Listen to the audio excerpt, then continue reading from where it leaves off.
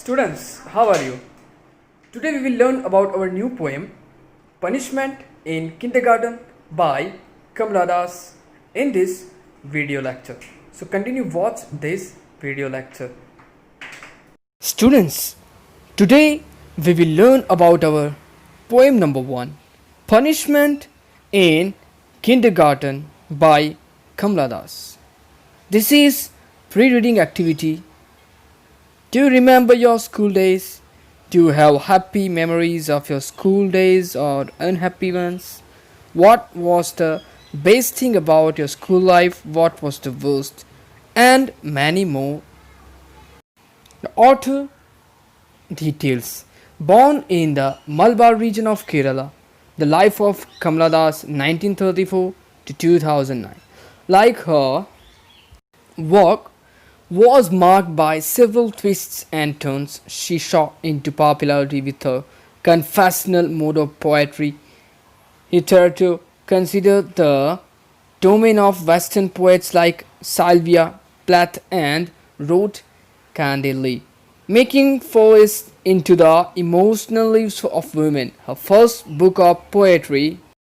Here's a most famous published book by Kamala Das. કેટલીક એવી પુસ્તકો છે જે તેમણે પબ્લિશ કરી છે જે આપ જોઈ રહ્યા છો. Summer in Calcutta, My Story, and the third one is The Sandal Trees.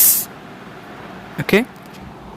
Summer in Calcutta came out in 1965, but it was her 1973 collection.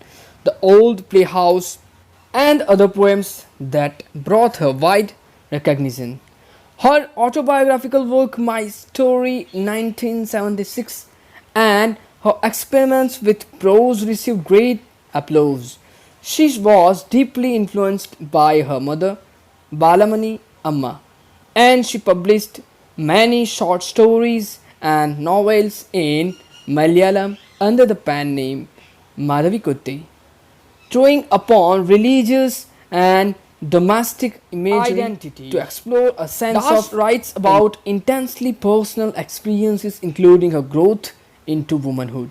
Punishment in Kindergarten is one such poem that dramatizes the trauma that she had undergone in school. Kamala Das એક ખૂબ જ પ્રખ્યાત એવી English Indian poet એટલે કે ભારતીય કવિયત્રી છે કે જેઓએ ઘણી બધી કવિતાઓ લખી છે પોતાના પર્સનલ એક્સપિરિયન્સ, પોતાના અનુભવની, તેની સાથે સાથે વુમનહુડ એટલે કે મહિલાઓના સશક્તિકરણની તથા સમાજના એવા કેટલાક દૂષણો જે દૂર કરવાના હતા એમાં ઘણો બધો એવો ભાગ ભજવ્યો છે. અને ખૂબ જ વિશ્વ પ્રખ્યાત એવી આ કવિયત્રીની એક કવિતા પનિશમેન્ટ ઇન કિન્ડરગાર્ટન, જે પણ એક પોતાનો અનુભવ જ, પોતાનો એક એક્સપિરિયન્સ શેર આપણી સાથે કરે છે કે કેવી રીતે પનિશમેન્ટ એમને મળી હતી કિન્ડરગાર્ટનના અંદર, એટલે કે કેવી રીતે એમની સાથે કેવા કેવા અનુભવો થયા, કેવી કેવી ઘટનાઓ ઘટી, એની પૂરી વાત આ પોએટ્રીમાં કરવામાં આવી છે જે આપણે જોવાના છે. About the poem. Kamala Das reveals in her autobiography that the poem is based on her experience during a picnic to Victoria Gardens in Calcutta. While she was alone near a hedge, the other girls were playing. The intensive teacher chided her for being alone. She ruminates over the childhood hurt with a sense of matured detachment. The poem just exposes the past and the present, childhood innocence and adult experience, the sharp memory of pain and the blurred images of people. Although the poet declares that there is no need to remember that picnic day, the very fact that she recalls the experience so vividly shows that the pain is far from forgotten. આ કાવ્ય કમલા દાસ જે સમયે કિન્ડરગાર્ટનમાં હતા, નર્સરીમાં હતા, તો Victoria garden જે કલકત્તામાં બહુ famous garden છે તેમાં એમને પિકનિકમાં લઈ ગયા હતા અને એમની એક ટીચર તેના સાથે કેવું બિહેવ કરે છે અને બિહેવ આખી જિંદગી એમને યાદ રહે છે. તો એ બિહેવની વાત આ પોએમમાં એમણે કરી છે. પોતાનો આખું એક્સપિરિયન્સ આ પોએમમાં ઠાલવ્યું છે અને આપણે એક્સપિરિયન્સમાંથી કંઈક શીખવાનું છે. એ આપણે આ પોએમમાં જોઈશું. તેમણે શું લખ્યું છે લાસ્ટમાં? The picnic day.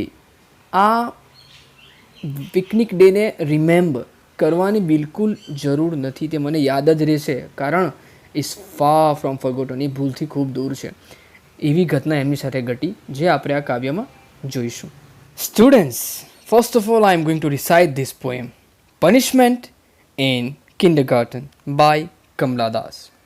Today, the world is a little more my own. No need to remember the pain a blue-frocked woman caused, throwing words at me like pots and pans. To drain that honey-colored day of peace, why don't you join the others? What a particular child you are! On the lawn, in clusters, sat my schoolmates, sipping sugarcane. They turned and laughed. Children are funny things. They laugh in mirth at others' tears. I buried my face in the sun-warmed hedge and smelt the flowers and the pain. Sadly on, my mind has found an adult peace. No need to remember the picnic day when I lay hidden by a hedge, watching the still white sun standing lonely in the sky. By Kamala Das. Today, the world is little more my own. એટલે કે આજે આ દુનિયા મારા માટે થોડી વધારે છે. Little more. No need to remember the pain. No need to remember the pain. એટલે કે હવે મારે બિલકુલ જરૂર નથી કે હું એ પેઇનને, એ દુઃખને યાદ કરું. અ બ્લુ ફ્રોક્ડ વુમેન કોસ્ટ, કે જે બ્લુ ફ્રોક્ડ વુમેન, વિચારશો કોની વાત થઈ રહી છે? યસ, એના ટીચરની વાત થઈ રહી છે. કદાચ તે સમયે એમણે બ્લુ ફ્રોક પહેર્યું હશે, એટલે એવું કહેવા માગે છે a blue frocked women cost, કે જે એ બ્લુ ફ્રોકવાળી વુમેનના કારણે થયું હતું. Throwing words at me like pots and pans. એ રીતે શબ્દો ફેંકી રહી હતી, એટલે કે કહેવાનો મતલબ એવો કે મને બોલી રહી હતી જ્યારે મને પોટ્સ એન્ડ દાણી એટલે કે ફૂલદાણી કે પછી પેન્સ એટલે કે વાસણ ફેંકી રહી હોય મારી ઉપર. To drain that honey coloured day of peace. To drain એટલે કે બિલકુલ ખરાબ કરવા માટે, ખતમ કરવા માટે. શું ખતમ કરવા માટે? That honey coloured day of peace. Honey coloured, honey એટલે કે મધુર, શાંતિપૂર્વક. અને બીજો શું વર્ડ છે એની સાથે? યસ, કલર્ડ એટલે કે રંગીન. ખૂબ જ શાંતિ અને રંગીન દિવસ કે જે શાંતિનો છે, એટલે કે મધુર છે. Why don't you join others? તો એક અવાજ આવે છે. શું અવાજ આવે છે? ઇન્વર્ટેડ કોમામાં છે, એટલે કોઈ કહી રહ્યું છે. યસ, એની ટીચર એને શું કહે છે? Why don't you join the others? તું બીજાને જોઈન કેમ નથી કરતી? બીજા સાથે મળતી કેમ નથી? What a peculiar child you are. What is the meaning of પેક્યુલિયર?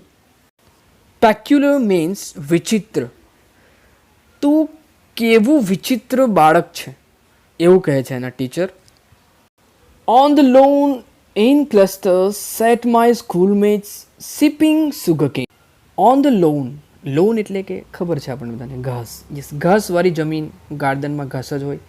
In clusters એટલે કે ઝુંડમાં, જૂથમાં, સમૂહમાં. ક્લસ્ટરનો મીનિંગ થાય સમૂહ. સેટ માય સ્કૂલમેટ્સ, બધા સ્કૂલમેટ્સ, મારા સ્કૂલના સાથીઓ બેઠા હતા. Sipping sugarcane. What is the meaning of sipping? Yes, sipping means ચૂસવું. એ લોકો શું ચૂસી રહ્યા હતા? સુગરકેન એટલે કે યસ, શેરદી. શેરદી ચૂસી રહ્યા હતા, એનો રસ પી રહ્યા હતા અને મજા માણી રહ્યા હતા. They turned and laughed. તે બધા પોતાની મજામાંથી turned એટલે કે પાછળ જોયું, ફર્યા, and laughed મારી ઉપર હસ્યા, કેમ કે મને મેડમ બોલી રહ્યા હતા. Children are funny things. બાળકો એક ફની થિંગ્સ છે. ફની થિંગ્સ એટલે કે રમૂજી વસ્તુઓ છે એમ કહી શકાય. Funny things. They laugh in mirth at others' tears. તેઓ હસી શકે છે in mirth at other tears. બીજાના રડવા પર પણ બાળકો એટલે કે ચિલ્ડ્રન્સ હસી શકે છે. What is the meaning of mirth? Yes, આનંદ, જોક જેને કહી શકાય આપણે. રમૂજ, મર્થ એટલે રમૂજ, એટલે બીજાની રમૂજ પર અને બીજાના રડવા પર પણ હસી શકે છે. એટલા ફની થિંગ્સ છે. I worried my face in the sun warmed hedge. એટલે કે હું સરગી રહ્યો હતો. કહેવાનો મતલબ હું ગુસ્સામાં આવી ગઈ હતી. My face in the sun warmed hedge. મારું ફેસ, મારું મુખ ઇન ધ સન વોર્મ, સૂર્યની ગરમીમાં. હેજ, હેજ મીન્સ વાળ, એટલે કે આજુબાજુ ગરમી મારી પ્રસરી ગઈ હતી. સૂર્યની ગરમી છવાઈ ગઈ હતી એવું કહેવા માગે છે. And smelt the flowers and the pen. તેની સાથે સાથે ફ્લાવર્સની સુગંધ આવી રહી હતી અને એક બાજુ પેઇન, દુઃખ પણ થતું હતું. એટલે કે કવિયત્રી આપણને એમની દુઃખ અનુભવ શેર કરી રહ્યા છે કે કેવું એક બાજુ સુખ એટલે કે ફૂલોની સુગંધ પણ આવતી હતી અને બીજી બાજુ ટીચર બોલી રહ્યા હતા અને સ્ટુડન્ટ્સ એટલે કે એમના ક્લાસમેટ હસી રહ્યા હતા, એનું દુઃખ પણ થતું હતું. એટલે આવી સિચ્યુએશનમાંથી પણ હું પસાર થઈ હતી તે સમયે. સેડલી ઓન એટલે કે દુઃખની વાત છે. My mind has found an adult peace. My mind has found એટલે કે મારા મને કંઈક શોધ્યું હતું. An adult peace, એક શાંત. What is the meaning of adult? Adult peaceની વાત છે અહીંયા. Adult એટલે કે પુખ્ત, પીસ એટલે કે શાંતિ, તો બધાને જ ખબર છે. Adult peace એટલે કે પૂર્ણ શાંતિ. No need to remember. બિલકુલ મારે યાદ રાખવાની જરૂર નથી. That picnic day when I lay hidden. એવો પિકનિક ડે કે જેમાં હું સંતાઈ ગઈ હતી. હિડન, સંતાવવું, છુપાઈ જવું. બાય અ હેચ, એક વાડના અંદર, એક બાઉન્ડ્રીના અંદર. Watching the still white sun standing lonely in the sky. હું શું જોઈ રહી હતી? ધ સ્ટીલ વ્હાઇટ સન, એક સફેદ સૂર્ય જોઈ રહી હતી. Standing lonely in the sky, કે જે આકાશમાં એકલો ઊભો હતો. સ્ટેન્ડિંગ લોનલી, એકલો ઊભો રહેવો. જે એકલો હતો એ વ્હાઇટ સનને હું જોઈ રહી હતી. કહેવાનો મતલબ કે એમની નજર આકાશ પર હતી, સૂર્ય પર. તો આ હતી કમલા દાસની એક one of the best poem of Indian English, punishment and kindergarten by Kamala Das. I think you have got idea about this poem, that she experienced these things in past and she delivered in this poem. એમની પોતાની ભૂતકાળની વાત તમારી સમક્ષ આ પોએમમાં મૂકે છે કે એમની સાથે એ ટીચરે શું કર્યું હતું અને આખી જિંદગી એ વાત એમના મનમાં રહી ગઈ. એટલે આ કાવ્યના અંદર નેગેટિવિટીની વાત છે. આપણે નેગેટિવ બનવાનું નથી, પોઝિટિવ જ રહેવાનું છે. કોઈ પણ વ્યક્તિ કેવું હોય, કેવું બાળક હોય, પણ આપણે એને પોઝિટિવલી લઈ અને એને વાળવાનું છે, જેથી આપણે નેગેટિવ ન બનીએ અને બીજાના મનમાં ખરાબ છબી ઊભી કરવાની નથી. Thank you very much. If you have any questions or queries, you can contact me. So this is Patel, your faculty of English. Thank you very much.